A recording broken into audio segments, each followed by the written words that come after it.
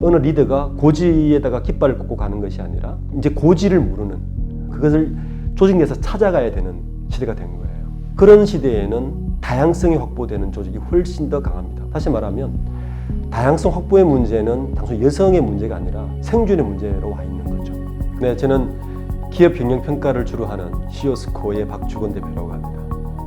세계은행에서 발표하는 여성 경제 참여 수준에서 보면 완전 꼴찌는 아니지만 거의 꼴찌 수준, 90위권. 놀랍죠? 우리나라 세계 경제 규모는 12위권 이내인데 여성 경제 참여는 거의 꼴찌 수준이라고 봐야 되고 OECD 국가에서는 그냥 꼴찌입니다. 물론 지속적으로 우리나라가 여성 경제 참여도 높아지고 있고 여성 정규직 비율도 높아지고 있습니다. 그것은 높아진다는 것은 낮기 때문에 높아진다는 거예요. 높은 수준에서 높은 게 아니고 현재 국내 대기업 말하면 500대 기업이나 우리가 말하는 소위 30대 그룹 정도에서 여성 임원은 약 3.1%에 불과합니다. 우리 옆나라 일본도 굉장히 우리만큼 보수적인 나라입니다. 남성 중심주의 사회고 그런 일본도 6%대 후반입니다. 중국은 15% 이상이고요. 미국도 왔다고 하지만 한 10%대인데 그나마까지 올라왔다고 다행스럽게 이야기하지만 이미 낮습니다. 제가 다른 곳에서 활동하고 있는 활동 중에 하나가 여성 임원 30%까지 높이자는 활동을 하고 있습니다. 30%는 왜 중요하냐면 어느 한 조직이 30%가 되기 전에는 일방적인 하나의 집단이 모든 것을 해결문을 가집니다. 다양성을 시작하려면 최소한 30%가 마지노선이에요.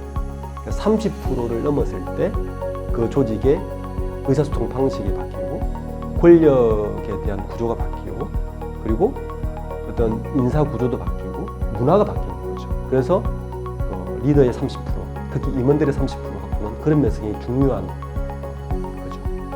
지금까지 우리나라 기업들의 역사를 보면 지금까지는 정확하게는 2000년대 중반까지만 해도 굉장히 패스트 팔로우만 하면 기업들이 그나마 돈도 잘 벌고 많이 남는 구조였어요.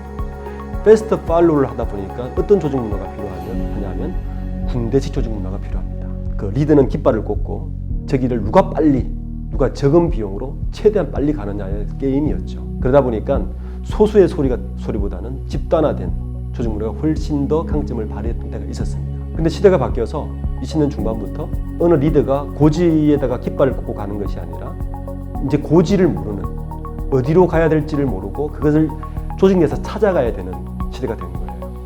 그런 시대에는 다양성이 확보되는 조직이 훨씬 더 강합니다. 그런 기업에서 필요한 게 다양성인데 우리 사회는 가장 기초적인 우리가 젠더 다이버시티라고 얘기하는데 성다양성조차 확보하지 못하고 있는 거죠. 이런 기업에서 현재 급변하고 있는 이 산업 시대에 적응하기 굉장히 어렵다. 다시 말하면 다양성 확보의 문제는 단순히 여성의 문제가 아니라 이 사회 전체의 문제고 생존의 문제로 와 있는 거죠. 저는 기본적으로 그 사회가 한 단계 성숙하기 위해서는 다양성과 투명성, 신뢰성, 사회적 자본이 굉장히 튼튼하게 자리를 잡아야 되는데 다양성이 확보가 된다면 다름은 다름일 뿐이다라는 프랑스의 톨레랑스 같은 철학들이 들어올 수 있는 거죠. 지금은 우리에게는 아직까지는 다름은 나쁜 거고 다름은 틀림이다라는 생각이 굉장히 공고해서 그 다름에 대한 포용이 이루어지지 않고 있는데 성별 다양성도 그런 측면에서 접근을 해야 됩니다. 다름은 틀린 것이 아니라 굉장히 강점일 수 있다. 내가 가지지 못한 것을 다른 성이 가질 수 있고 오케스트라와 같이 오케스트라는 각 악기가 다 다른 소리를 내지만 합쳤을 때 굉장히 좋은 하모니를 내지 않습니까? 그런 사회로 갈 수 있는 거죠. 안녕하세요. 성별 다양성이 성숙한 사회로 가기 위한 첫걸음이라고 믿는 시오스코의